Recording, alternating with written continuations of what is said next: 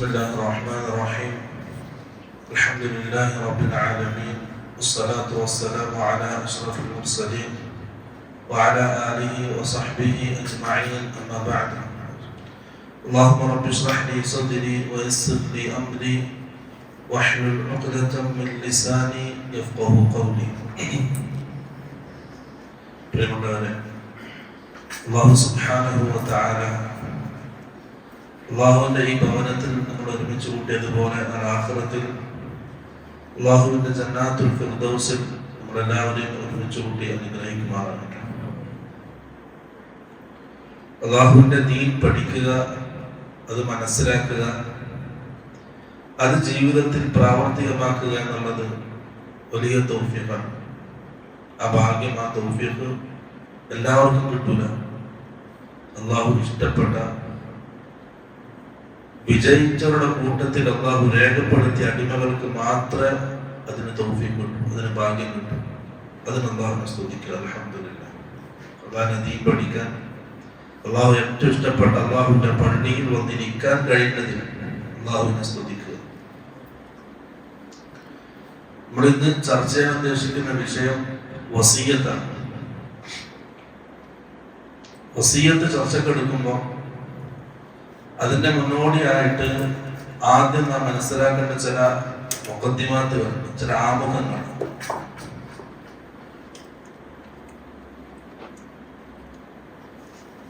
ഒരാൾ മരണപ്പെട്ടാൽ ആ മരണപ്പെട്ട വ്യക്തിയുടെ സ്വത്തുമായി ബന്ധപ്പെട്ട കാര്യങ്ങൾ, ഒരു മുഅ്മിനായ വ്യക്തി മരണപ്പെട്ടാൽ അദ്ദേഹത്തിന്റെ സ്വത്തിന് 5 അവകാശങ്ങളാണുള്ളത്, 5 ബാധ്യതകൾ. അത് ക്രമത്തിലാണ്.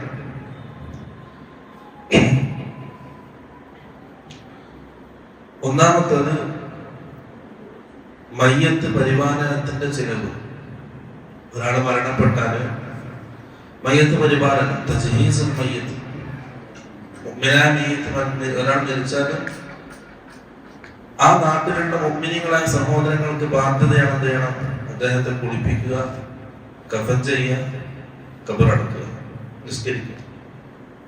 അപ്പൊ ഇതുമായി ബന്ധപ്പെട്ട് വരുന്ന ചിലവ് അത് എവിടെ നിന്ന് എടുക്കണം? മയ്യത്തിന്റെ സ്വത്ത് നിന്നാണ് എടുക്കേണ്ടത്. മയ്യത്തിന്റെ സ്വത്തില്ലെങ്കിൽ മയ്യത്തിന്റെ ബന്ധുക്കളുണ്ട്. മയ്യത്തിന് സ്വത്ത് ഉണ്ടെങ്കിൽ ആദ്യം ആ സ്വത്തിൽ നിന്ന് എടുക്കേണ്ടത് മയ്യത്തിന്റെ കുളിപ്പിക്കല്, കഫൻ ചെയ്യല്, ഖബറടക്കല്, ഇതുമായി ബന്ധപ്പെട്ട ചിലവാണ്. തെളിവായിട്ട് സഹാബാക്കൾ പണ്ഡിതന്മാർ ഉദ്ധരിക്കുന്ന ഹദീസ്, ഖബ്ബാബ് ബിൻ അറദ് റളിയല്ലാഹു അൻഹു സഹാബി ഉദ്ധരിച്ച ഹദീസാണ്. ദീർഘമായ ഹദീസാണ്. ഒരാൾ മരിച്ചാൽ ആദ്യം ചെയ്യേണ്ടത് പെട്ടെന്ന് ബാക്കി കാര്യങ്ങൾ ചെയ്യണം. വെച്ചേക്കാൻ പാടില്ല, ഒരിക്കലും മയ്യത്തിനെ വെച്ചേക്കാൻ പാടില്ല. റസൂൽ സല്ലല്ലാഹു അലൈഹി വസല്ലം പറഞ്ഞു, അസ്രിഉ ബിൽ ജനാസ. നിങ്ങൾ മയ്യത്ത് വരുവാണെങ്കിൽ പെട്ടെന്നാക്കണം, ധൃതിയാക്കണം, വെച്ച് കാത്തിരിക്കാൻ പാടില്ല. കാരണം ഫഇൻ തകു സാലിഹതൻ ഫഖൈറുൻ തുഖദ്ദിമൂനഹാ ഇലൈഹി. ആ മരണപ്പെട്ട വ്യക്തി സാലിഹായ നല്ല വ്യക്തിയാണെങ്കിൽ അദ്ദേഹം പിന്നെ പോകുന്നത് ഖൈറിലേക്കാണ്. അപ്പൊ പെട്ടെന്ന് ഖൈറിലേക്ക് ഓടണം. ആ മയ്യത്ത് കൊതിച്ചോണ്ടിരിക്കുകയാണ് ഖൈറിലേക്ക് പോകാൻ. മയ്യത്ത് സാലിഹ് അല്ലെങ്കിൽ നല്ല വ്യക്തി അല്ലെങ്കിൽ ആ ഷെർ നിങ്ങൾ പെട്ടെന്ന് ഒഴിവാക്കണം. മരണപ്പെട്ട് കഴിഞ്ഞാല് നല്ല വ്യക്തികൾക്ക് ഭൂമി സ്വീകരിക്കും. എല്ലാത്തിനും ഭൂമിക്ക് പോലും വേണ്ടാത്ത അവസ്ഥയാണ് സാലിഹല്ലാത്ത. അപ്പൊ ആ ഷെർ നിങ്ങൾ പെട്ടെന്ന് ഒഴിവാക്കണമെന്നാണ് റസൂൽ സല്ലല്ലാഹു അലൈഹി വസല്ലം പറഞ്ഞത്. അല്ലാഹു മരിക്കുന്ന സമയത്ത് ഏറ്റവും നല്ല ഈമാനുള്ള അവസ്ഥയിലാക്കി തരുമാറാകട്ടെ. അതാണ് റസൂൽ സല്ലല്ലാഹു അലൈഹി വസല്ലം പഠിപ്പിച്ചത്, പെട്ടെന്നാക്കണം. ഖബ്ബാബ് ബിൻ അറദ് റളിയല്ലാഹു അൻഹു പറയാം, ഹാജർനാ മഅൻ നബി സല്ലല്ലാഹു അലൈഹി വസല്ലം നൽതമിസു വജ്ഹല്ലാഹ്. നമ്മൾ അല്ലാഹുവിന്റെ പ്രീതി കാംക്ഷിച്ചുകൊണ്ട് റസൂൽ സല്ലല്ലാഹു അലൈഹി വസല്ലമയുടെ കൂടെ ഹിജ്റ പോയി. ഫവഖഅ അജ്റുനാ അലല്ലാഹ്. നമുക്ക് അല്ലാഹു അതിന്റെ പ്രതിഫലം നൽകും. ഫമിന്നാ മൻ മാത ലം യഅകുൽ മിൻ അജ്രിഹി ഷൈഅ. നമ്മളിൽ ചില ആൾക്കാരുണ്ട് ഹിജ്റ പോയി എല്ലാ ത്യാഗങ്ങളും സഹിച്ചു, പ്രയാസങ്ങളും സഹിച്ചു. അള്ളാഹു നമുക്ക് പിന്നീട് ഭൂമി വിശാലമാക്കി തന്നു, എല്ലാ സുഖ സൗകര്യങ്ങളും നൽകി. അതൊന്നും ആസ്വദിക്കാൻ പറ്റാണ്ട് പെട്ടെന്ന് മരിച്ചുപോയ ആൾക്കാർ നമ്മുടെ കൂട്ടത്തിലുണ്ട്. മിൻഹും Musab bin Umair, Khabbab bin Aratt റളിയല്ലാഹു അൻഹു പറയാം, അക്കൂട്ടത്തിൽപ്പെട്ടവനാണ് മുസ്അബ് ബിൻ ഉമൈർ റളിയല്ലാഹു അൻഹു. ഉഹദിൽ ഷഹീദായ, ഹിജ്റ 2-ാം വർഷം ഷഹീദ്, 3-ാം വർഷം ഷഹീദായ സഹാബിയാണ്. ومنا من أينعت له ثمرته فهو يهدمها. ചില ആൾക്കാർ പെട്ടെന്ന് മരിച്ചുപോയി, മറ്റു ചില ആൾക്കാർ പിന്നീട് ദീർഘകാലം ജീവിച്ചു. ഇസ്ലാമിന് ആധിപത്യം വന്നു, എല്ലാ സുഖ സൗകര്യങ്ങളും അവർക്ക് കിട്ടി. പക്ഷെ ഇതൊന്നും ആസ്വദിക്കാൻ പറ്റാതെ എല്ലാ ത്യാഗങ്ങളും സഹിച്ച്, പ്രയാസങ്ങളും സഹിച്ച് ആദ്യകാലത്ത് മരണപ്പെട്ടു പോയ ചില സഹാബാക്കൾ നമ്മുടെ കൂട്ടത്തിലുണ്ട്. ഖുതില യൗമ ഉഹദ് ഫലം നജിദ് മാ നുകഫിനുഹു ഇല്ലാ ബുർദ. സഹാബി പറയാം, മുസ്അബ് ബിൻ ഉമൈർ റളിയല്ലാഹു അൻഹു ഉഹദിൽ ഷഹീദായി. അദ്ദേഹത്തിനെ കഫൻ ചെയ്യാൻ ഒറ്റ തുണി മാത്രമേ നമുക്ക് കിട്ടിയുള്ളൂ. ഇദാ അഗ്തൈനാ ബിഹാ റഅസഹു ഖറജത് റിജ്ലാഹു വഇദാ ഗത്തൈനാ റിജ്ലൈഹി ഖറജ റഅസുഹു. നമ്മൾ ആ തുണി കൊണ്ട് തലഭാഗം മറച്ചാൽ കാല് പുറത്താണ്, കാൽഭാഗം മറച്ചാൽ തല പുറത്താണ്. അത്രയും ചെറിയൊരു തുണി മാത്രമേ കിട്ടിയിട്ടുള്ളൂ. മുസ്അബ് ബിൻ ഉമൈർ അദ്ദേഹം മക്കയിൽ ജീവിച്ചൊരു രംഗമുണ്ട്. മക്കയിൽ അദ്ദേഹം എല്ലാ സുഖലോലുപതയിലും എല്ലാ ആഡംബരത്തിലും ജീവിച്ച സഹാബിയാണ്. മുസ്ലിമായി ഉമ്മ വീട്ടിൽ നിന്ന് പുറത്താക്കി. ഉമ്മ പറഞ്ഞു, നീ തിരിച്ചു വരുന്നത് ഞാൻ ഒരിട്ട് വെള്ളം പോലെ ഇറക്കൂല. മുസ്അബ് പറഞ്ഞു, ഉമ്മാക്ക് 100 പ്രാവശ്യം ജീവൻ നൽകപ്പെടുകയും ആ 100 പ്രാവശ്യം നിങ്ങൾ മരണപ്പെടുകയും ചെയ്താൽ പുതിയ മതത്തിൽ നിന്ന് ഞാൻ തിരിച്ചു വരില്ല.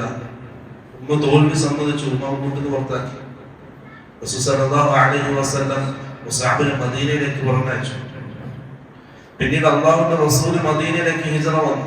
ആദ്യം അന്വേഷിച്ചത് എന്റെ സഹോദരൻ മുസ്അബ് എവിടെയാണ്. അള്ളാഹുവിന്റെ റസൂലിന്റെയും സഹാബാക്കളുടെയും ആ സദസ്സിലേക്ക് മുസ്അബ് കടന്നു വന്നു.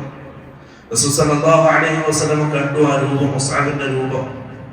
ഒരു കീറിയ ഒന്ന് പുതച്ചിട്ടുണ്ട്, ഒരു തുണി ഉടുത്തിട്ടുണ്ട്, താടിയും മുടിയും ജടപിടിച്ചിട്ടുണ്ട്. റസൂൽ സല്ലല്ലാഹു അലൈഹി വസല്ലം പറഞ്ഞു, അള്ളാഹുവിനോടും അള്ളാഹുവിന്റെ റസൂലിനോടുള്ള സ്നേഹമാണ് ഈ വ്യക്തിയെ ഈ രൂപത്തിൽ എത്തിച്ചത്. അള്ളാഹുവിന്റെ റസൂൽ കരഞ്ഞു.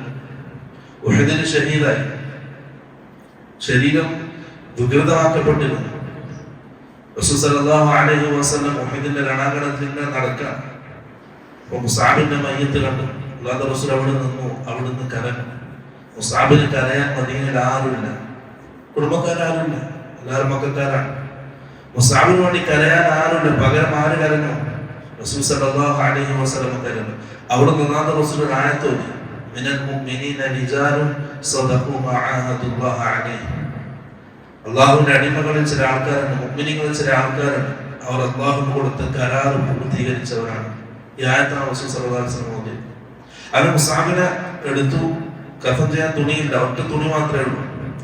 സഹാബി പറയാം, فأمرنا النبي صلى الله عليه وسلم أن نغطي رأسه وأن نجعل على رجليه من الإدخار. അല്ലാഹുവിന്റെ റസൂൽ നമ്മോട് കൽപ്പിച്ചു, ആ തുണി കൊണ്ട് തലഭാഗം മറക്കാനും കാൽഭാഗം ഇദ്ഖാർ പുല്ല് വെച്ച് മറക്കാനും അല്ലാഹുവിന്റെ റസൂൽ നമ്മോട് കൽപ്പിച്ചു. ഈ ഹദീസാണ് തെളിവ്. എന്ത്? മയ്യത്തിന്റെ സ്വത്തുണ്ടായിരിക്കണം, കഫൻ ചെയ്യാനുള്ള തുണിയും മയ്യത്ത് വിരുവാനത്തിന്റെ ചിലവും എടുക്കേണ്ടത്. കാരണം അന്ന് സഹാബാക്കളിൽ പണക്കാരായ ധനികന്മാരായ സഹാബാക്കൾ ഉണ്ടായിരുന്ന മദീനത്ത്. അവർ 4 നിന്നും റസൂൽ തുണി വാങ്ങിയിട്ടില്ല മുസ്അബിനെ പുതക്കാൻ. ഈ ഹദീസാണ് തെളിവ്. അപ്പൊ ആദ്യം ഒരാൾ മരണപ്പെട്ട ആദ്യം ചെയ്യേണ്ടത് അദ്ദേഹത്തിന്റെ മയ്യത്ത് വിരുവാനത്തിന്റെ ചിലവ് അദ്ദേഹത്തിന്റെ സ്വത്ത് എടുക്കണം. അത് ഒന്നാമത്തെ ബാധ്യത. രണ്ടാമത്തത് മയ്യത്തിന്റെ കടം വീട്ടുക. കടത്തിന് ആദ്യം നാം ശ്രദ്ധിക്കേണ്ടത് കടം രേഖപ്പെടുത്തണം, കടം എഴുതി വെക്കണം. മനസ്സ് കുറിച്ചിട്ടാ പോലെ. കാരണം ഏത് സമയത്തും എവിടെ വെച്ചെന്തെയും മരണപ്പെടും. ആർക്കും ഒരു മുന്നറിയിപ്പും ഇല്ലാതെ മരണം സംഭവിക്കാം. അപ്പം കടം 1 രൂപ ആണെങ്കിലും ശരി, എന്ത് ചെയ്യണം? രേഖപ്പെടുത്തി വെക്കണം. അത് മറ്റുള്ളവരെ അറിയിക്കുക വേണം. വേണ്ടപ്പെട്ട 2-3 ആൾക്കാരെ അറിയിക്കുകയും വേണം. രേഖപ്പെടുത്തി വെച്ചാൽ മാത്രം പോരാ. ചിലപ്പോൾ നമ്മൾ മരണശേഷം അത് കണ്ടുകെട്ടാൻ നേരം വൈകും. അത് ആരെങ്കിലും അറിയിക്കണം. പ്രധാനപ്പെട്ട വേണ്ട എടുപ്പുള്ള ആൾക്കാരെ അറിയിക്കണം. അത് ബാധ്യത, നിർബന്ധ ബാധ്യത. അല്ലെങ്കിൽ കടം ബാക്കിയായി. കട രണ്ട് രീതിയിലാണ്. ഒന്ന്, മയ്യത്തിന്റെ സ്വത്തുമായി നേരിട്ട് ബന്ധമുള്ള കടം, അഥവാ പണയപ്പെടുത്തിയ കടം. ഇപ്പം ഒരാൾ പണയത്തിന് വെച്ചിട്ടുണ്ട്, അങ്ങനെയുള്ള കടമാണ് ആദ്യം തീർക്കേണ്ടത്. ഒരാളുടെ സ്വത്ത് വീടിന്റെ ആധാരം, ഉദാഹരണത്തിന് വീടിന്റെ ആധാരം പണയത്തിലാണ്, കടം വാങ്ങിയിട്ടുണ്ട്, അദ്ദേഹം മരണപ്പെട്ടു. അപ്പൊ അനന്തരാശികൾ ആദ്യം ചെയ്യേണ്ടത് എന്ത് ചെയ്യണം? ആ കടം വീട്ടിയിട്ട് ആധാരം തിരിച്ചെടുക്കണം. അത് അദ്ദേഹത്തിന്റെ സ്വത്താണ്, ഓഹരി വെക്കപ്പെടേണ്ട സ്വത്താണ്. അപ്പൊ അങ്ങനെയുള്ള കടമാണ് ആദ്യം ഒന്നിക്കേണ്ടത്. അത് കഴിഞ്ഞാൽ പിന്നീട് സാധാരണ കടം. സാധാരണ കടത്തെ രണ്ടായി തരം തിരിച്ചിട്ടുണ്ട്. ഒന്ന്, അള്ളാഹുമായുള്ള കടം, സകാത്ത്, ഹജ്ജ് മുതലായ ബാക്കിയുള്ളത്.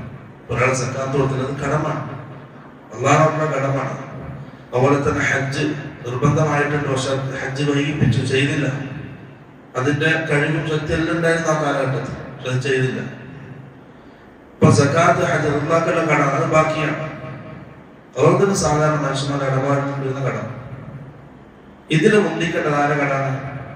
മനുഷ്യന്മാരുടെ കടമാണ് മുന്തിക്കേണ്ടത്. കാരണം മനുഷ്യന്മാർ എന്തില്ല മാപ്പാക്കി കൊടുക്കില്ല. അല്ലാഹു സുബ്ഹാനഹു വ തആല ഗഫാറ, മാപ്പാക്കി ആ ഒരു പ്രതീക്ഷയിൽ ജീവിക്കും, വേറെ രക്ഷയില്ല.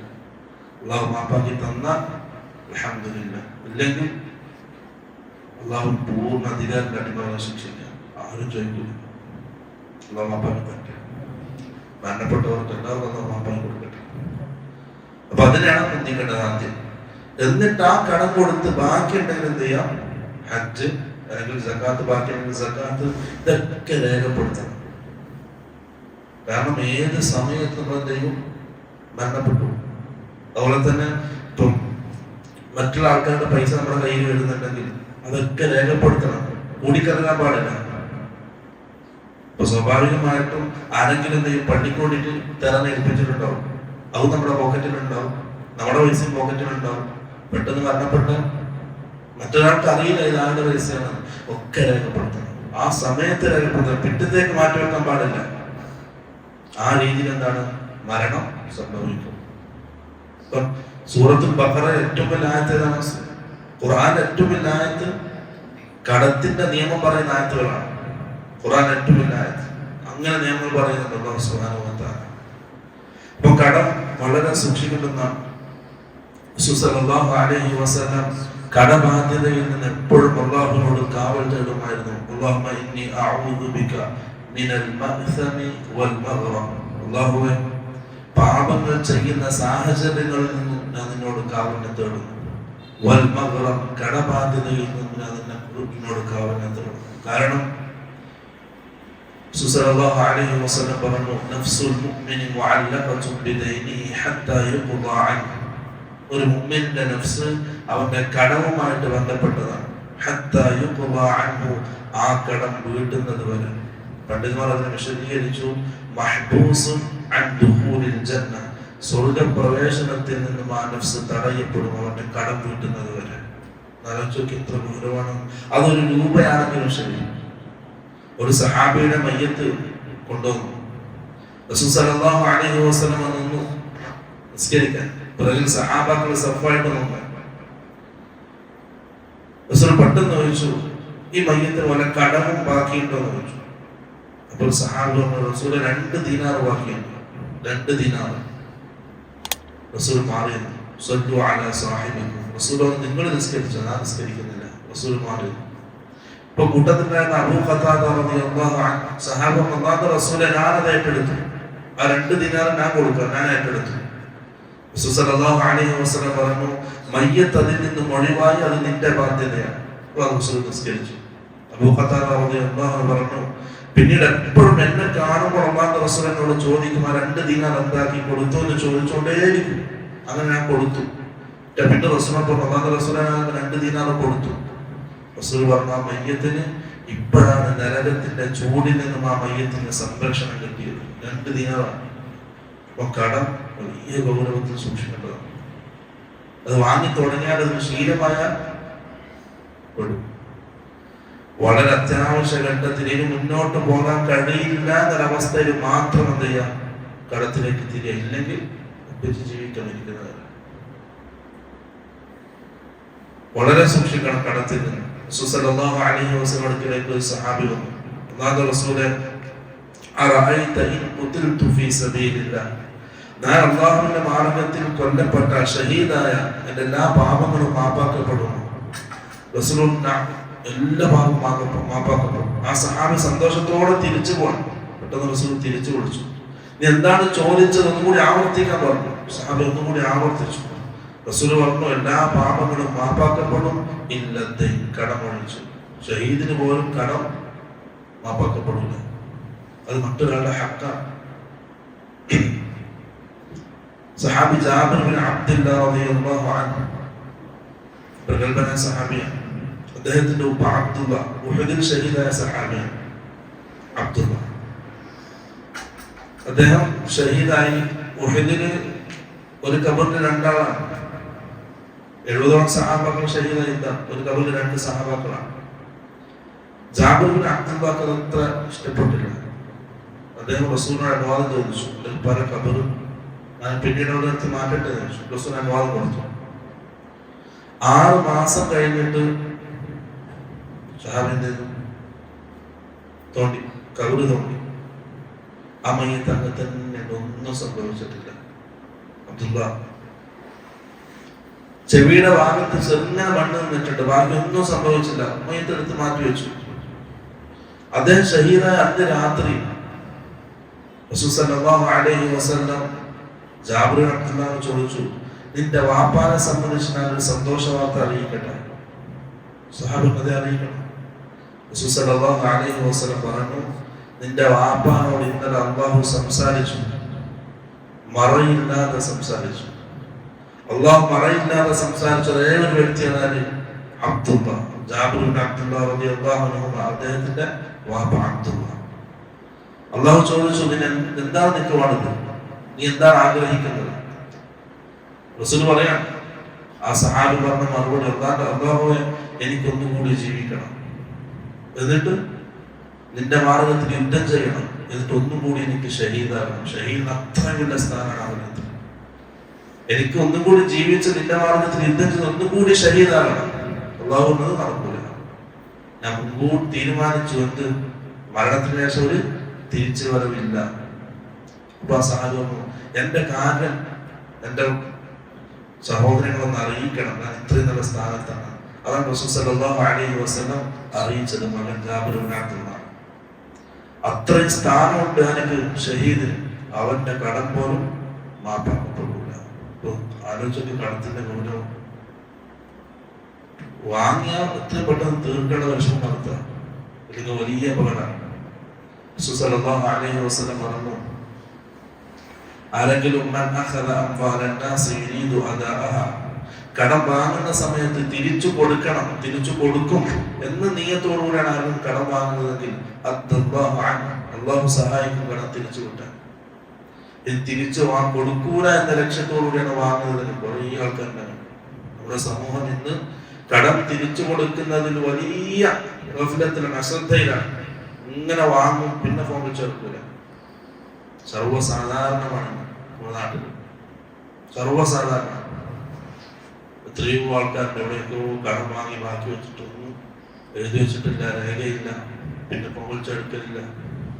അത് ചില ആൾക്കാർക്ക് ചോദിക്കാൻ മടിയായിരിക്കും. നല്ല ബന്ധമുള്ള ആൾക്കാരായിരിക്കും, തിരിച്ചു ചോദിക്കാൻ മടി, അങ്ങനെ ഒഴിവാക്കുന്ന ആൾക്കാരുണ്ട്. ആരെങ്കിലും കടം വാങ്ങുന്ന സമയത്തിൽ അത് തിരിച്ചു കൊടുക്കണമെന്നുള്ള ഉദ്ദേശമില്ലാതെ കടം വാങ്ങുകയാണെങ്കിൽ അവന് കടം തിരിച്ചു കിട്ടാൻ അല്ലാഹു സഹായിക്കില്ല. അതുകൊണ്ട് കടം വാങ്ങുന്ന സമയത്ത് ആ നീയത്തോടുകൂടി തന്നെ കടം വാങ്ങുക. ഇനി സമ്പത്തുണ്ട്, തിരിച്ചു കൊടുക്കാൻ പൈസയുണ്ട്, അത് തിരിച്ചു കൊടുക്കാൻ മടിയുള്ളവർ, സൗകര്യം വന്നു ഒരു ചെറിയ പ്രയാസത്തിന് കടം വാങ്ങിയതാണ്, പിന്നീട് സമ്പത്തായി കടം തിരിച്ചു കൊടുക്കാൻ നല്ല അവസ്ഥയിൽ എത്തി, എന്നിട്ട് തിരിച്ചു കൊടുക്കാൻ മടിയുള്ളവർ, അത് നമ്മുടെ കൂട്ടത്തിലുണ്ട്. തിരിച്ചു കൊടുക്കാൻ കഴിവുണ്ടായിട്ടും കടം നീട്ടിവെക്കുന്നവൻ, തിരിച്ചു കൊടുക്കാത്തവൻ, അവൻ ചെയ്യുന്നത് ദുൽമാണ്, അക്രമമാണ്, ഹറാമാണ്. ഇതൊക്കെ കടത്തിന്റെ വിഷയത്തിൽ നാം ശ്രദ്ധിക്കേണ്ടതാണ്. അതൊക്കെ മരണപ്പെട്ടാൽ ആഖിറത്തിലേക്കും ബാക്കിയാകുന്ന തെറ്റുകൾ അപകടപ്പെടുന്നു. പിന്നെ അഥവാ കടം വാങ്ങി, കടം കൊടുത്തു, തിരിച്ചറിയാൻ ഒരു നിവൃത്തിയില്ലാത്ത ആൾക്കാരുണ്ട്, അങ്ങനെ പ്രയാസപ്പെടുന്ന ആൾക്കാരുണ്ട്. അവർക്ക് എന്ത് ചെയ്യണം? മാപ്പാക്കി കൊടുക്കണം, വിട്ടുവീഴ്ച കൊടുക്കണം. റസൂൽ സല്ലല്ലാഹു അലൈഹി വസല്ലം പറഞ്ഞു, മൻ യസ്സറ അലാ മുഅ്സിരിൻ യസ്സറല്ലാഹു അലൈഹി. പ്രയാസപ്പെടുന്ന ആൾക്കാർ, ദാരിദ്ര്യമുണ്ട്, അവർക്ക് ആരെങ്കിലും എളുപ്പമാക്കി കൊടുത്താൽ, കടം നീട്ടി കൊടുക്കുക, അവധി നീട്ടി കൊടുക്കുക, ഇത് കടം ചുരുക്കി കൊടുക്കുക, അല്ലാഹു സുബ്ഹാനഹു വ തആല ഇവനിക്ക് എളുപ്പം ഉണ്ടാക്കി കൊടുക്കും. ഔ യദഉ അൻഹു, അല്ലെങ്കിൽ എന്ത് ചെയ്യുക? കടം ഒഴിവാക്കി കൊടുക്കുക. ഇതൊക്കെ സല്ലല്ലാഹു അലൈഹി വസല്ലം പ്രോത്സാഹിപ്പിച്ച കാര്യമാണ്. ഇപ്പം കടം വാങ്ങുന്നതും കൊടുക്കുന്നതും ഒക്കെ എന്ത് ചെയ്യണം? രേഖപ്പെടുത്തണം, സാക്ഷ്യവും വേണം. വലിയ സാക്ഷ്യവുമാണ്, വെറുതെ രേഖപ്പെടുത്താൻ മാത്രം പോരാ. കടം കൊടുക്കുന്നതിന് സാക്ഷികൾ വേണം, കടം വാങ്ങുന്നതിന് സാക്ഷികൾ വേണം, അത് രേഖപ്പെടുത്തണം, ഒക്കെ രേഖപ്പെടുത്തണം. ഒരിക്കലും പ്രയാസത്തിന് പിന്നീട് തർക്കമുണ്ടാകുന്ന അവസ്ഥയിലേക്ക് എത്താൻ പാടില്ല. അതാണ് ദീനിന്റെ കാര്യം. അപ്പൊ കടം കഴിഞ്ഞു, രണ്ടെണ്ണം കഴിഞ്ഞു. ഒരാള് മരണപ്പെട്ട സ്വത്തുനിന്ന്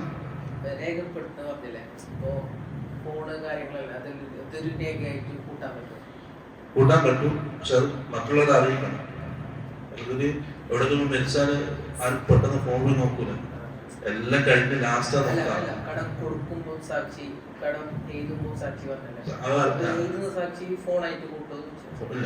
അത് അറിയിക്കണം, ആരെങ്കിലും അറിയിക്കണം. കാരണം ഇപ്പൊ നമ്മൾ വെറുതെ എഴുതിയാലും അതൊക്കെ സാക്ഷിയാവില്ലല്ലോ, മറ്റുള്ളവരെ അറിയിക്കണം. ഒരു മുഗ്മിനായ ഒരാള് സാക്ഷ്യമാണ്. ഞാൻ ഉദ്ദേശിച്ചത് ഫോണിൽ രേഖപ്പെടുത്താൻ പറ്റുമെന്ന് ചോദിച്ചാണ്. അങ്ങനെ കൊണ്ടുവരാം, ഫോണിൽ രേഖപ്പെടുത്താം.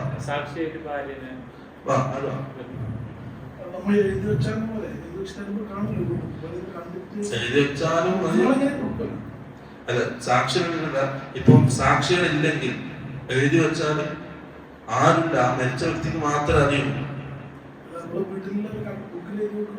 അത് അറിഞ്ഞാൽ മതി, മറ്റുള്ള ആൾക്കാർ അറിഞ്ഞാൽ മതി. ഇപ്പൊ ചില ആൾക്കാരൊന്നും അറിയില്ല, ഫോണിൽ മാത്രം എഴുതി വെക്കും, ഭാര്യനെ അറിയുന്നുണ്ടാവില്ല. അത് അറിയിക്കണം, മറ്റുള്ളവരെ അറിയിക്കണം. ഇന്നത്തെ കടമുണ്ട്, ഇന്ന സ്ഥലത്ത് എഴുതി വെച്ചിട്ട് രേഖപ്പെടുത്തിട്ട് അറിയിക്കുകയും വേണം. ഇതെല്ലാം കഴിഞ്ഞ് മരിച്ച് ലാസ്റ്റ് റൂമൊക്കെ വൃത്തിയാക്കി സ്ഥലകാര്യമൊക്കെയുള്ളൂ, അദ്ദേഹത്തിന്റെ ബാക്കിയുള്ള അടുത്ത് ഒഴിവാക്കുമ്പോഴാണ് പഴയ ഡയറി ഇങ്ങനെ കുറെ കടം കൊടുക്കാനുള്ളതും കുറെ വാങ്ങാനുള്ളതൊക്കെ കാണും. വീടും പക്ഷെ വൈകും. അത് മയ്യത്തിന് പ്രയാസം, വലിയ പ്രയാസം. പെട്ടെന്ന് കടം കൂട്ടണം. ചില മഹാന്മാരെന്തേലും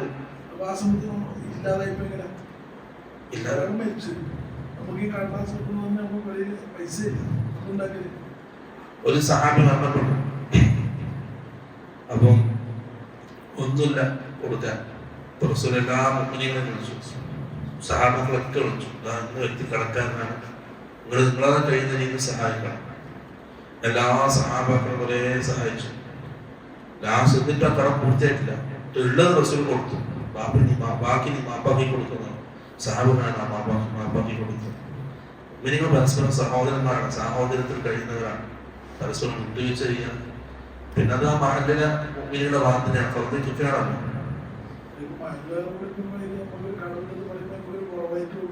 കുറവൊന്നും പാടില്ല. അത് പ്രധാനപ്പെട്ട ആൾക്കാരാണ്. സാധാരണ ഒരു മിഡിലായിട്ട് ജീവിക്കുന്ന ഒരാള് നാട്ടിൽ പോയിട്ട് ഇല്ലാതായിട്ട് പറയുമ്പോൾ ഒരു പ്രശ്നമില്ല. ഒരു മിഡിലായിട്ട് ജീവിക്കുന്ന കുട്ടികൾ കടമൊന്നുമെങ്കിൽ അത് പുറത്തു വരുമ്പോൾ ഒരു കുറവായിട്ട് പരസ്യപ്പെട്ടല്ല. നാട്ടിൽ പ്രധാനപ്പെട്ട ആൾക്കാരുണ്ടാവും, അവരാണ് നാട്ടിൽ എല്ലാ കൈകാര്യം ചെയ്യുന്ന പ്രധാനപ്പെട്ട ആൾക്കാരുണ്ടാവും. പള്ളിന്റെ കമ്മിറ്റിക്കാരും അവരൊക്കെ ഉണ്ടാവും, അവരറിയിച്ചാൽ മതി. ഉണ്ട്, സാധാരണ കുറേ ആൾക്കാരുണ്ട്. അത് നമ്മളൊന്നും അറിയുന്നില്ലാന്നേ ഉള്ളൂ. അങ്ങനെ സംഭവം സർവ്വസാധാരണ നടക്കാറുണ്ട്, നമ്മളൊന്നും അറിയുന്നില്ല. അത് വേണ്ടവർ കൈകാര്യം ചെയ്യുന്നുണ്ട്, മനസ്സിലായില്ലേ? അത് ആ സ്വകാര്യതയിൽ തന്നെ എന്ത് ചെയ്യും, കൈകാര്യം ചെയ്യപ്പെടും. ഇത് കഴിഞ്ഞപ്പം മയ്യത്ത് പരിപാലനത്തിന്റെ ചെലവ്, രണ്ടാമത്തെ മയ്യത്തിന്റെ കടം രണ്ട് രീതിയിൽ പറഞ്ഞല്ലോ. മൂന്നാമത്തതാണ് മയ്യത്തിന്റെ വസിയ്യത്ത് നടപ്പാക്കുക എന്നുള്ളത്. മയ്യത്തിന്റെ വസിയത്ത് മശ്റൂആക്കപ്പെട്ടത്, വസിയത്ത് നടപ്പാക്കപ്പെടുന്നത് മയ്യത്തിന്റെ മരണശേഷമാണ്.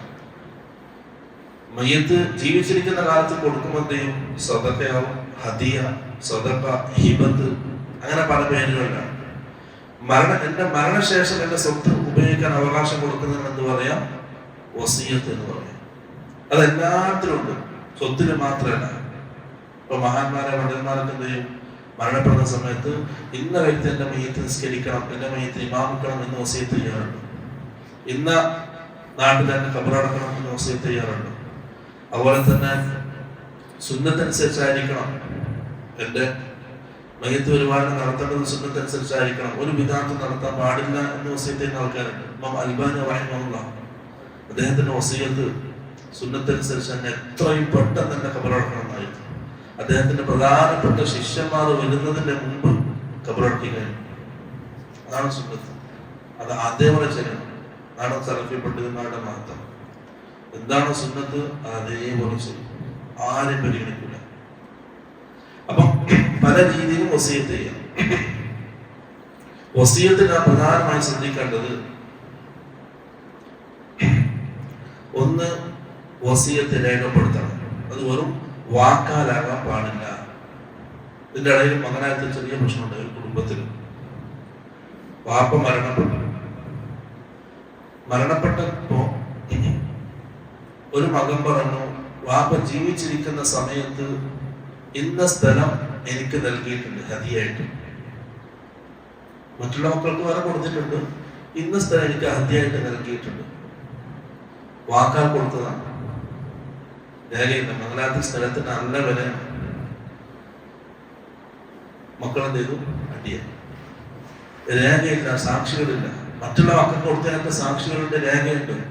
ഇദ്ദേഹത്തിന് കൊടുത്തതില്ല, വാക്കാൽ കൊടുത്തതാണ്, രേഖയില്ല. പ്രശ്നമായി. ഇപ്പൊ സ്വത്തിന്റെ അടുത്ത് എന്ത് ചെയ്യും? അവിടെ സാഹോദര്യ ബന്ധം മറക്കും മനുഷ്യൻ. അവിടെ അതൊക്കെ രേഖപ്പെടുത്തി വെക്കണം. വലിയ പ്രശ്നമായി. പക്ഷെ പിന്നെ അവിടെ എന്ത് ചെയ്തു? ഇദ്ദേഹത്തിന് വേറെ കുറെ സ്വത്തുള്ളതുകൊണ്ട് അദ്ദേഹം വിട്ടുവീഴ്ച പ്രശ്നം പരിഹരിച്ചു.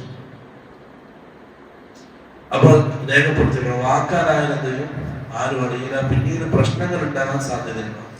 അത് രേഖപ്പെടുത്തൽ നിർബന്ധമാണ്. യജിബു അലൽ മുസ്ലിമി അൻ യുദവ്വിന മാലഹു വമാ അലൈഹി മിനൽ ഹുഖൂഖ്.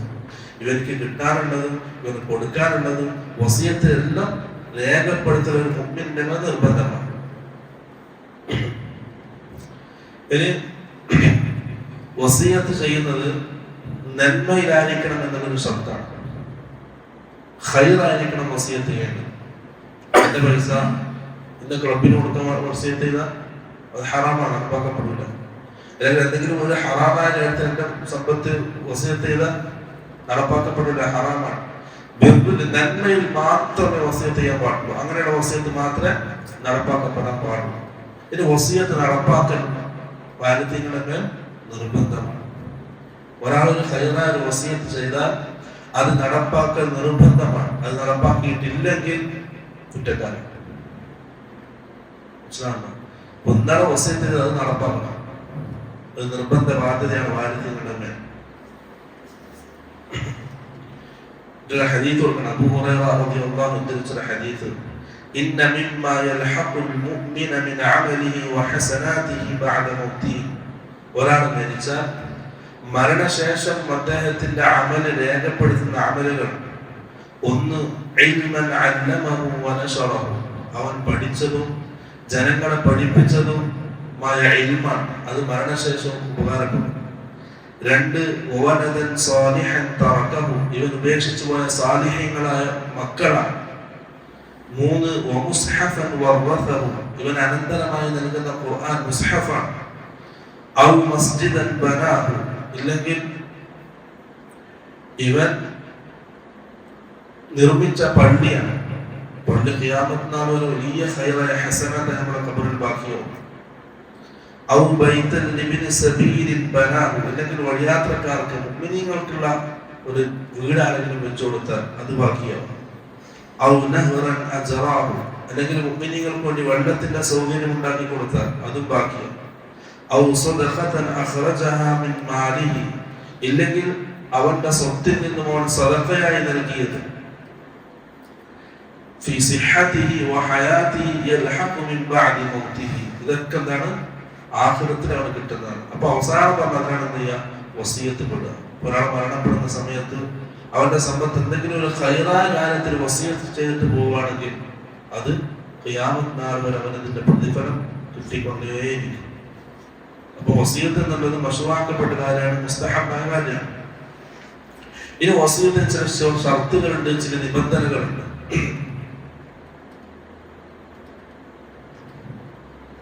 നിബന്ധനകളുണ്ട്. ഒന്നാമത്തത്, മരണപ്പെടുന്ന വ്യക്തിയുടെ സ്വത്തിന്റെ 1/3 ഭാഗം മാത്രമേ വസിയത്ത് ചെയ്യാൻ പാടുള്ളൂ. 1/3 ഭാഗം, അതിൽ കൂടുതൽ വസിയത്ത് ചെയ്യാൻ പാടില്ല. കാരണം അത് അനന്തരമെടുക്കുന്നവരെ പ്രയാസപ്പെടുത്തലാണ്. ചില ആൾക്കാരുടെ മക്കളോടുള്ള ദേഷ്യത്തിന് മരിക്കുന്ന സമയത്ത് എന്ത് ചെയ്യും, ഫുൾ സ്വത്ത് ആർക്കും എഴുതി കൊടുത്തിട്ട് മരിക്കും. അത് ഹറാമാണ്. കൊടുക്കുന്നത് വളരെ സ്വത്താണെങ്കിലും പ്രയാസപ്പെടുന്നവരാണ് വാലിദ്യങ്ങൾ, അനന്തരന്മാരാണ് പ്രയാസപ്പെടുന്നത്. അത് ഹറാമാണ്. 3/1 എന്ത് ചെയ്യാൻ പാടില്ല, വസിയത്ത് ചെയ്യാൻ പാടില്ല. ചെയ്തിട്ടുണ്ടെങ്കിൽ അത് നടപ്പാക്കപ്പെടേണ്ട ആവശ്യവും ഇല്ല. 3/1 മാത്രമേ നടപ്പാക്കപ്പെടാൻ പാടുള്ളൂ. മഹാൻ സഹാബി സഅദ് ഇബ്നു അബി വഖാസ് റളിയല്ലാഹു അൻഹു രോഗബാധിതനായി കിടക്കാൻ അദ്ദേഹം റസൂലിനോട് പറഞ്ഞു, അല്ലാഹുവിന്റെ റസൂലെ, ഞാൻ ഈ കാണുന്ന അവസ്ഥയിലെത്തി, എന്റെ അവസാനമായി, എനിക്ക് തിരിച്ചു വരാൻ കഴിയില്ല, ആ രീതിയിൽ രോഗബാധിതനാണ്, എനിക്ക് ഒറ്റൊരു മോള് മാത്രമേ ബാക്കിയുള്ളൂ, ഞാൻ എന്റെ സമ്പത്ത് അല്ലാഹുവിന്റെ മാർഗ്ഗത്തിൽ കൊടുക്കട്ടെ? വേണ്ടെന്ന് ചോദിച്ചു. എന്റെ സമ്പത്തിന്റെ നേരെ പകുതി കൊടുക്കട്ടെ? അതും വേണ്ടതോ. 3/1 ഭാഗം കൊടുക്കട്ടെ? നീ കൊടുത്തോ, എന്നാലും അത് കുറച്ച് അധികമാണ്, അത് കുറച്ച് അധികമാണ്. എന്നിട്ട് റസൂൽ ഒരു വാക്ക് പറഞ്ഞു, ഇന്നക അൻ തദറ വറസതക അഗ്നിയ ഖൈറു മിൻ അൻ തദറഹും ആലതൻ യതകഫഫൂന الناس. നീ നിന്റെ അനന്തരാവകാശികളെ ജനങ്ങൾക്ക് മുമ്പിൽ കൈനീട്ടുന്നവരായി, പാവപ്പെട്ടവരായി, ഫഖീറന്മാരായിട്ട്, ദരിദ്രന്മാരായി ഒഴിവാക്കി പോകുന്നതിനേക്കാൾ ഖൈർ അവരെ സമ്പന്നരാക്കി ഒഴിവാക്കി പോകുന്നതാണ് എന്ന് റസൂൽ സ്വല്ലല്ലാഹു അലൈഹി വസല്ലം പറഞ്ഞു. അഥവാ അനന്തരാവകാശികൾക്ക് നേടണം, സമ്പത്ത് മാറ്റിവെക്കുന്ന വേണം. അവരെ പ്രയാസപ്പെടുന്ന രീതിയിൽ ആ സമ്പത്ത് അവസാന കാലത്ത് മറ്റാൽ കൊടുക്കാൻ പാടില്ല എന്നുള്ളതാണ്. അപ്പം വസിയത്ത് എന്ത് ചെയ്യണം, സുലുസ് 3/1 ഭാഗം മാത്രമേ വസിയത്ത് ചെയ്യാൻ പാടുള്ളൂ. ഒരാള് 2 രീതിയിൽ വസിയത്ത് ചെയ്യാം. ഒന്നുകിൽ പറയാം, എന്റെ സ്വത്തിന്റെ ഇത്ര ഓഹരി ഇന്ന് അവർക്ക് കൊടുക്കണം, അല്ലെങ്കിൽ ഇന്ന പള്ളിക്ക് കൊടുക്കണം. അല്ലെങ്കിൽ താഴെ ചെയ്തിട്ട് പറയും, ഇന്ന സ്വത്ത് എനിക്ക് ഇത്ര സ്ഥലമുണ്ട്, ആ സ്ഥലം പള്ളിക്ക് കൊടുക്കണം. 2 രീതിയിലാണെങ്കിലും ആ നിശ്ചയിക്കപ്പെട്ട സ്ഥലം സുലുസിൽ കൂടുതലാണെങ്കിൽ, 3/1 ഭാഗത്തിന്റെ കൂടുതലാണെങ്കിൽ, എത്രയാണോ 3/1 ഭാഗം വരിക അത് വെച്ചിട്ട് എന്ത് ചെയ്യണം, അത് കൊടുത്ത് ബാക്കി അവിടെ തന്നെ നോക്കണം. എങ്ങനെയാണെങ്കിലും 3/1 ഭാഗത്തിൽ കൂടുതൽ എന്ത് ചെയ്യാൻ പാടില്ല, വസിയത്ത് നടപ്പാക്കപ്പെടാൻ പാടില്ല. അത് അനന്തരാവകാശികൾക്ക് പ്രയാസകരമാണ്. ഇത് റസൂൽ നിരോധിച്ചത്. രണ്ടാമത്തത്, ലാ വസിയ്യത ലിവാരിഥി, അനന്തരമെടുക്കുന്നവർക്ക് എന്തില്ല, വസിയത്തില്ല.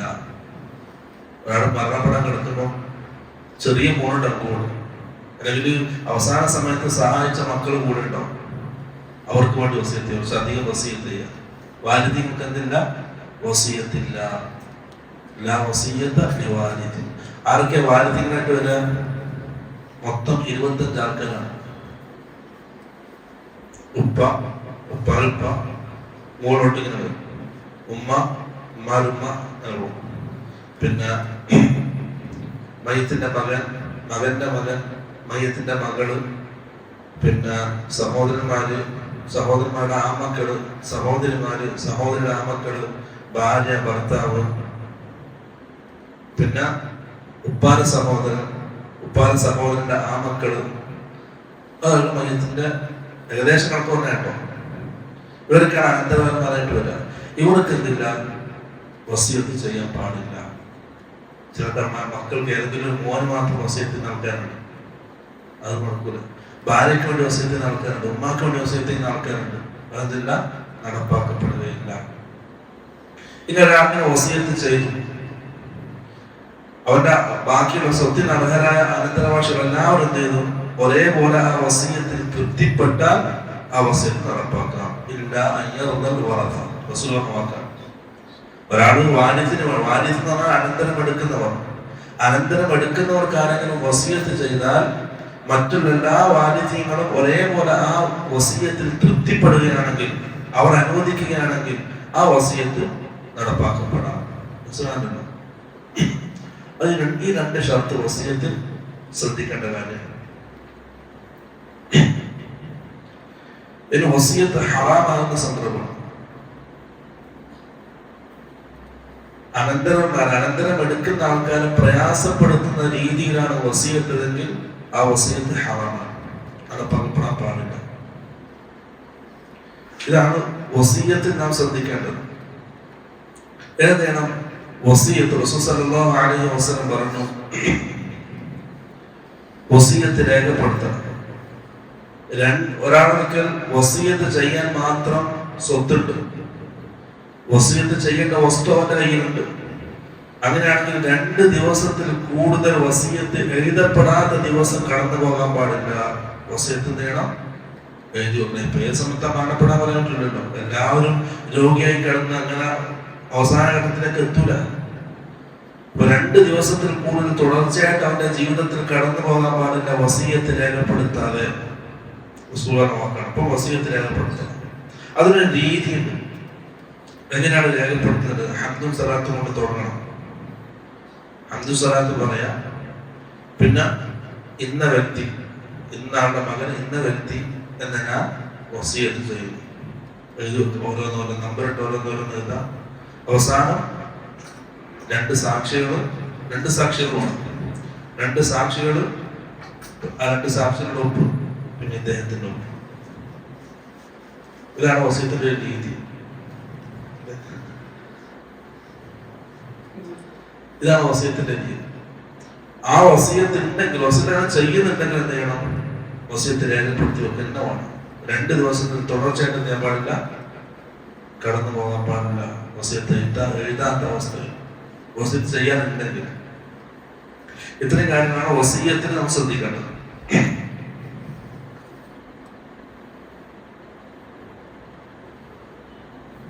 ഇനി ഒരാൾ വസിയത്ത് ചെയ്തു, അത് രേഖപ്പെടുത്തി വെച്ചു, അത് അറിയിക്കുകയും ചെയ്തു. എന്താണ്, ഞാൻ നിനക്ക് വേണ്ടിയിട്ട് ഇന്ന സ്വത്ത് വസിയത്ത് ചെയ്തിട്ടുണ്ട്. മരണപ്പെടുന്നതിന്റെ മുമ്പായിട്ട് എന്ത് ചെയ്യാം? ആ രേഖപ്പെടുത്തിയ വസിയത്ത് തിരുത്താനും അത് വേണ്ടാന്ന് വെക്കാനും അദ്ദേഹത്തിന് അർഹതയുണ്ട്, അധികാരമുണ്ട്. ഇപ്പൊ ഒരാൾ വിളിച്ചു, തിരുവനന്തപുരത്ത് ഒരാൾ വിളിച്ചു, നമ്മുടെ നാട്ടിൽ നടക്കുന്ന അവസ്ഥയായിട്ട് പറയുന്നത്. അദ്ദേഹത്തിന്റെ വാപ്പ വസിയത്ത് ചെയ്തിട്ടുണ്ട്, അദ്ദേഹത്തിന്റെ ഒരു കുടുംബക്കാരന്. അത് അദ്ദേഹത്തെ അറിയിച്ചിട്ടുണ്ട്. ഇന്ന ബിൽഡിങ് അതിന്റെ മാസ വരുമാനം നിനക്ക് വസിയത്ത് ചെയ്ത അറിയിച്ചിട്ടുണ്ട്. പിന്നീട് എന്ത് ചെയ്തു? ആ കുടുംബക്കാരൻ നേരായ മാർഗത്തിലല്ല ജീവിച്ചത്, വഴിവിട്ട ജീവിതമായിരുന്നു. അത് മനസ്സിലാക്കി അദ്ദേഹം ആ വസിയത്തിൽ നിന്നും പിന്തിരിഞ്ഞു, വസിയത്ത് മാറ്റി. പക്ഷെ അദ്ദേഹം മരണപ്പെട്ടു. ഇപ്പൊ മറ്റേ വന്നു വസിയത്തിന് ചോദിച്ചിട്ട്, അദ്ദേഹം വന്നു, ഉപ്പ അത് തിരുത്തിയിട്ടുണ്ട്. പക്ഷെ അദ്ദേഹം സമ്മതിച്ചില്ല, പ്രശ്നമായി. അതൊക്കെ അത് ആ തിരുത്തിയിരുന്നില്ല, രേഖപ്പെടുത്തിയിട്ടില്ല, കൊടുക്കേണ്ടി വന്നു. അതാണ് എല്ലാം നേടണം. തിരുത്തുന്ന സമയത്തും അധികമാക്കുന്നതിന് കുറക്കുന്നുണ്ടെങ്കിൽ ഒക്കെ നേടണം, രേഖപ്പെടുത്തണം. ഇല്ലെങ്കിൽ സ്വത്താണ് പ്രശ്നങ്ങൾ ഉണ്ടാകും. എന്താണുണ്ടോ ആരോ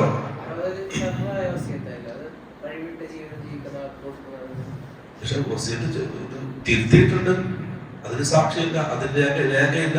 അപ്പോൾ മറ്റൊരു കോടതിയിൽ പോയി, ഇന്ത്യ കോടതിയാണ്, കോടതി അനുകൂലമായിട്ട് വിധി വന്നു, കൊടുക്കേണ്ടി വന്നു. തൃപ്തിയോടുകൂടി കൊടുത്തതല്ല, കൊടുക്കേണ്ടി വന്നു.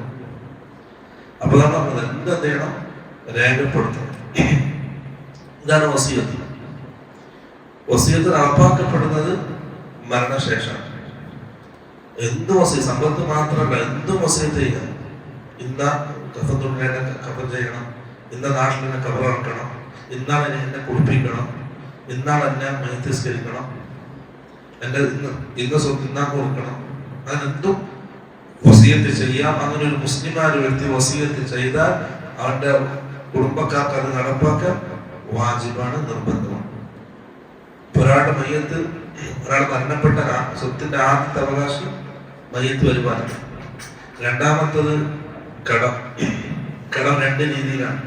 ഒന്ന് അടിമകൾ തമ്മിലുള്ളത്, രണ്ട് അള്ളാഹുവിന്റെ ബാക്കിയുള്ളത്. അതൊന്ന് രണ്ടും. പിന്നീട് എന്താണ് വസീയത്ത്. വസീയത്ത് നടപ്പാക്കി കഴിഞ്ഞു. ഇനിയുള്ള ബാക്കി സ്വത്താണ് വേണ്ടത് അനന്തരവാസികൾക്കിടയിൽ ഓഹരി വെക്കേണ്ടത്. അവിടെ ചില കാര്യങ്ങൾ ശ്രദ്ധിക്കാൻ. ഒരാൾ മരണപ്പെട്ടാൽ കഴിയും വിധം എത്രയും പെട്ടെന്ന് നേടണം ഈ വക കാര്യങ്ങളൊക്കെ ചെയ്ത് സ്വത്ത് ഓഹരി വെക്കണം. സ്വത്ത് ഓഹരി വെക്കൽ ബന്ധിക്കാൻ പാടില്ല, വൈകിപ്പിക്കാൻ പാടില്ല.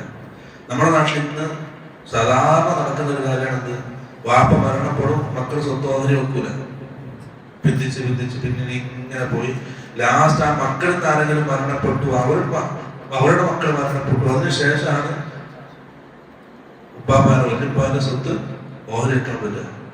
വലിയ അപകടമാണ്. കാരണം ആ വാപ്പ മരിക്കുന്നതോടുകൂടി അതിന്റെ അവകാശങ്ങൾ മറ്റൊരാളായി തീർന്നു. ഇസ്ലാമികപരമായിട്ട് ശരിയാത്ത നിയമപ്രകാരം അതിന്റെ അവകാശങ്ങൾ മറ്റൊരാളാണ്. അവർക്ക് കൊടുക്കാതെ ഇവനിങ്ങനെ ആസ്വദിക്കാണില്ല, അവൻ കഷ്ടപ്പെടാണ്, അവന് കിട്ടേണ്ട അവകാശമാണില്ല. ഇത് സ്വത്ത് ഓഹരി വെക്കാതെ ദീർഘിച്ച് പോകും തോറും അവരോട് ചെയ്യുന്നത് ദുൽമാണത്. അവിടെ പെട്ടെന്ന് സ്വത്ത് ഓഹരി വെക്കണം. ചിലർക്ക് പ്രയാസമാണ്. നാട്ടുകാരെന്ത് പറയും, കുടുംബക്കാരെന്ത് പറയും, വാപ്പ മരിക്കാൻ കാത്തിനപ്പോഴത്തേക്ക് സ്വത്ത് ഓഹരി വെച്ച് ഇതൊക്കെ നാട്ടുകാരെ പൊളിച്ചിട്ട് തീ മാറ്റുന്ന അവസ്ഥയാണ്, ശരിയാത്ത് മാറ്റുന്ന അവസ്ഥയാണ്. ശരിയാത്ത് നടപ്പാക്കുന്നത് എത്രയും പെട്ടെന്ന് സ്വത്ത് ഓഹരി വെക്കലാണ്. എന്നാലും അതിന്റെ പുറകിൽ പിന്നീട് എന്തില്ല, ആ കുടുംബക്കാർക്കിടയിൽ, ആ സഹോദരന്മാർക്കിടയിൽ പ്രശ്നങ്ങളോ ബുദ്ധിമുട്ടുകളോ ഉണ്ടാവില്ല. അതൊന്നും പെട്ടെന്ന് ഓഹരി വെക്കുക. രണ്ട്, ചിലപ്പം വാപ്പ തന്നെ എന്ത് ചെയ്യും, മരണപ്പെടുന്നതിന് മുമ്പ് സ്വത്തൊക്കെ മക്കൾക്ക് ഓഹരിച്ചു കൊടുക്കും. അത് അനുവദിക്കപ്പെട്ടതാണ്.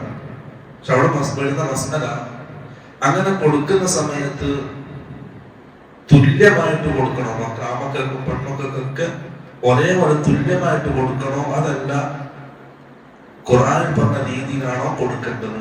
പണ്ഡിതന്മാർ പറഞ്ഞു ഖുർആൻ പറഞ്ഞ രീതിയിലാണ് കൊടുക്കേണ്ടത്. കാരണം റസൂൽ സല്ലല്ലാഹു അലൈഹി വസല്ലം പറഞ്ഞത് ഫഅദിലു ബൈന ഔലാദിക്കും, നിങ്ങളുടെ മക്കൾക്കിടയിൽ നിങ്ങൾ നീതി പാലിക്കുക എന്നുള്ളതാണ്. നീതി വളരെ, തുല്യത വളരെ. നീതി എന്ന് പറയുമ്പോൾ ഓരോരുത്തർക്കും ആവശ്യമുള്ളത് അതിനനുസരിച്ച് കൊടുക്കലാണ് നീതി. തുല്യത എന്ന് പറയുമ്പോൾ എല്ലാവർക്കും ഒരേപോലെ കൊടുക്കുക. ഇസ്ലാം നടപ്പാക്കാൻ പറഞ്ഞത് നീതിയാണ്. കാരണം ഒരു രണ്ട് പെണ്ണിന്റെ ഓഹരിയാണ് ഒരു ആണിന് കിട്ടേണ്ടത്. അതുകൊണ്ട് പെണ്ണിന് നേരെ ഡബിളാണ് ആണിന്. അതാണ് ഇസ്ലാമിന്റെ നിയമം. അത് ആ രീതിയിൽ തന്നെ കൊടുക്കണം. മരണത്തിന് മുമ്പാണ് കൊടുക്കുന്നതെങ്കിലും അതാണ് നീതി.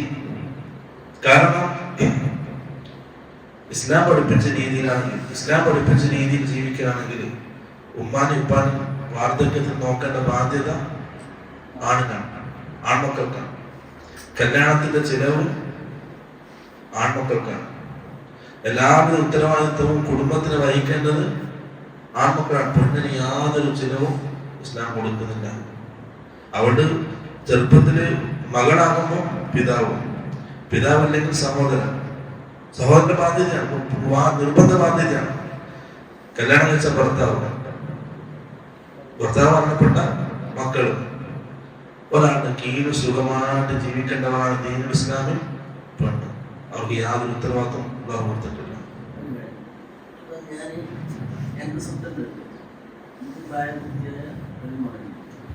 പ്രായപൂർത്തിയാവാത്ത രണ്ട് മക്കളുണ്ട്. അപ്പൊ ഞാൻ മനസ്സിലാക്കുന്നത് ഇതിന്റെ സ്വത്ത് എങ്ങനെ കളിക്കും മനസ്സിലായി. ഇപ്പൊ ഞാൻ മരണപ്പെട്ട് കഴിഞ്ഞാൽ എനിക്ക് പ്രായപൂർത്തിയായ ഒരു മകനുണ്ട്, പ്രായപൂർത്തിയാവാത്ത മക്കളുണ്ട്. അപ്പോ സ്വത്ത് ഭാഗ്യം വെക്കുന്നതിന് ഇസ്ലാമിൽ പ്രായപൂർത്തിയാവുക ഇല്ല എന്നുള്ളതില്ല, മാനദണ്ഡമില്ല. പ്രസവിച്ച കുട്ടിക്ക് പോലുന്നുണ്ട് സ്വത്തിന് അവകാശം ഇസ്ലാം. അച്ഛന് ഇസ്ലാമിലുള്ളത് വലിയ എന്ന് പറയും. എന്നുവെച്ചാല് ഒരു കുട്ടിക്ക് സമ്പത്ത് അവന്റെ പേരിലേക്ക് ആക്കി കൊടുക്കേണ്ട അവസ്ഥ ഉണ്ടാവും, കൊടുക്കാൻ പറ്റാത്ത അവസ്ഥ ഉണ്ടാവില്ല. നമ്മുടെ നാട്ടിലിപ്പോ 18 വയസ്സാണല്ലോ, സമ്പത്ത് കൈവശമൊക്കെ 18 വയസ്സാണ്. അപ്പൊ ആ 18 വയസ്സ് വരെ ആ സമ്പത്ത് സൂക്ഷിക്കേണ്ടത് വലിയ എന്ന് പറയുമ്പോൾ മരണപ്പെട്ട വ്യക്തിയുടെ ആ മക്കളുടെ ജദ് ഉണ്ടെങ്കിൽ ജദ്, ഉപ്പാനുപ്പ അല്ലെങ്കിൽ ഉപ്പാന സഹോദരന്മാർ, അവരുടെ നിർബന്ധ ബാധ്യതയാണ് യതീമായ ആ മകന്റെ സ്വത്ത് സംരക്ഷിക്കുക എന്നുള്ളത്. അവരാണ് ഖുർആൻ പറഞ്ഞത്, യതീമിയുടെ ബാധ്യതയായിട്ട് യതീം മക്കളുടെ സ്വത്ത് തിന്നാൻ പാടില്ല, അത് സൂക്ഷിക്കേണ്ട വാജിബ നിർബന്ധ ബാധ്യത വലിയ ബാധ്യത.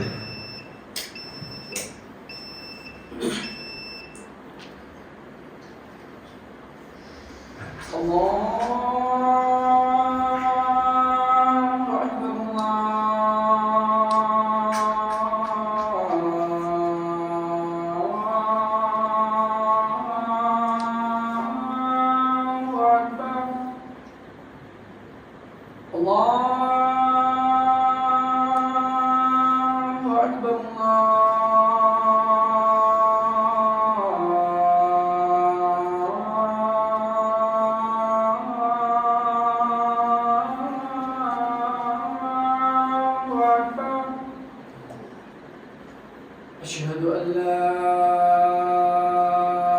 إله إلا الله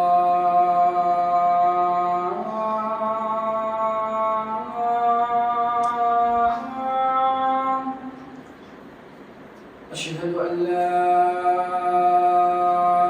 إله إلا الله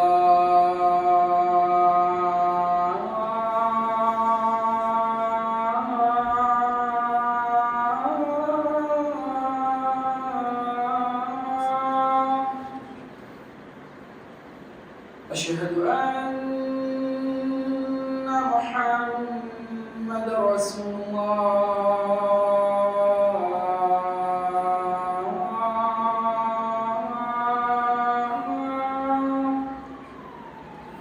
أشهد أن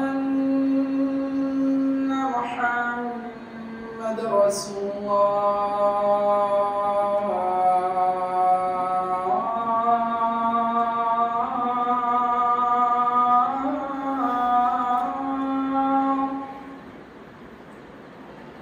حي على الصلاة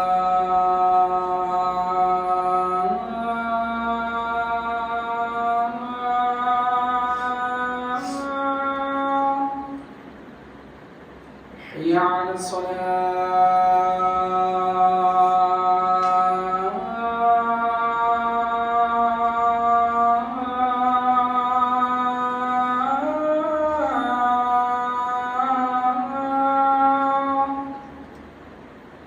حي على الفلاح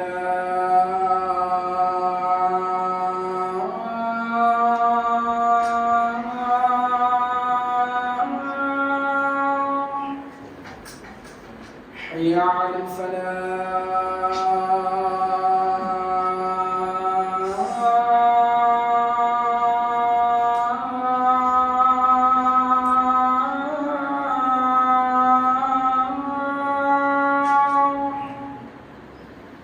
الله أكبر الله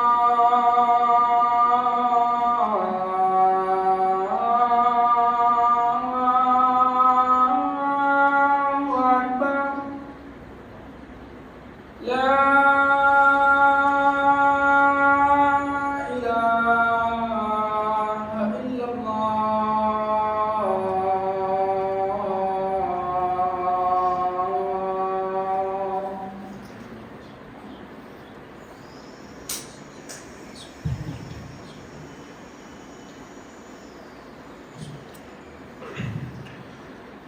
ഇത്രയും കാര്യങ്ങളാണ് വസിയത്തിന് ശ്രദ്ധിക്കേണ്ടത്. പിന്നെ അനന്തരവാസികൾക്ക് കൊടുക്കേണ്ട നിയമം അത് വിശാലമായിട്ട് പഠിക്കേണ്ട ഒരു ഭാഗമാണ്. അതിൽ കുറെ നാട്ടാചാരം നമ്മൾ കടന്നുകൂടിയിട്ടുണ്ട്. ഉമ്മ വെച്ചാൽ ഉപ്പമ്മക്ക് അധികം, ഉപ്പ വെച്ചാൽ ആമക്ക് അധികം, അങ്ങനത്തെ കുറെ നമ്മളൊക്കെ ഉണ്ട്. അതൊക്കെ വലിച്ചെറിയപ്പെടേണ്ട സമയം അതിക്രമിച്ചു. അതൊക്കെ ചവിട്ടി താഴ്ത്തണം, ദീനിന്റെ നിയമങ്ങൾ ഉയർത്തിക്കൊണ്ടുവരണം. അതിന് ഈ നാട്ടില് സലഫികളെ നമ്മൾ മാത്രമേ ബാക്കിയുള്ളൂ. കൊണ്ടുവരണം, ഇൻഷാ അല്ലാഹ്. പഠിക്കണം, മറ്റുള്ളവരെ പഠിപ്പിക്കണം. നാട്ടിലത് പ്രാവർത്തികമാപ്പിക്കണം. നമ്മുടെ നാട്ടിൽ പത്തുണ്ടാകും വിചാരിച്ചിട്ട് നമ്മളിങ്ങനെ നമ്മുടെ കുടുംബം ഭാര്യ മക്കളായിട്ട് ഇങ്ങനെ സുരക്ഷിച്ച് ജീവിച്ചാൽ ആവില്ല. അതിനുവേണ്ടി ഇറങ്ങി പുറപ്പെടണം. സഹാബാക്കൾ ഇറങ്ങിയാൽ മതി. അന്ന് സഹാബാക്കളുടെ മക്കൾക്ക് ഈ പ്രയാസങ്ങളൊക്കെ ഉണ്ടാകുമ്പോൾ ഞാനും എൻ്റെ കുടുംബവും സുഖമായിട്ട് ജീവിക്കേണ്ടത് പറഞ്ഞിട്ട് മാറി നിന്നാലോ? ഇല്ല, അവിടെ നിന്നിട്ടില്ല. എല്ലാം തെളിച്ച് എല്ലാം ഒഴിവാക്കി ദീനിന് വേണ്ടി പണിയെടുക്കും. നമ്മുടെ നാട്ടിൽ അങ്ങനെ ആക്കണം. അതിനുവേണ്ടി പരിശ്രമിക്കണം. അതിൻ്റെ സാഹചര്യങ്ങളും സൗകര്യങ്ങളും ഒരുക്കണം. അല്ലാഹു സുബ്ഹാനഹു വ തആല സഹായിക്കും ഇൻഷാ അല്ലാഹ്. وآخر دعوانا الحمد لله رب العالمين. السلام عليكم ورحمة الله وبركاته.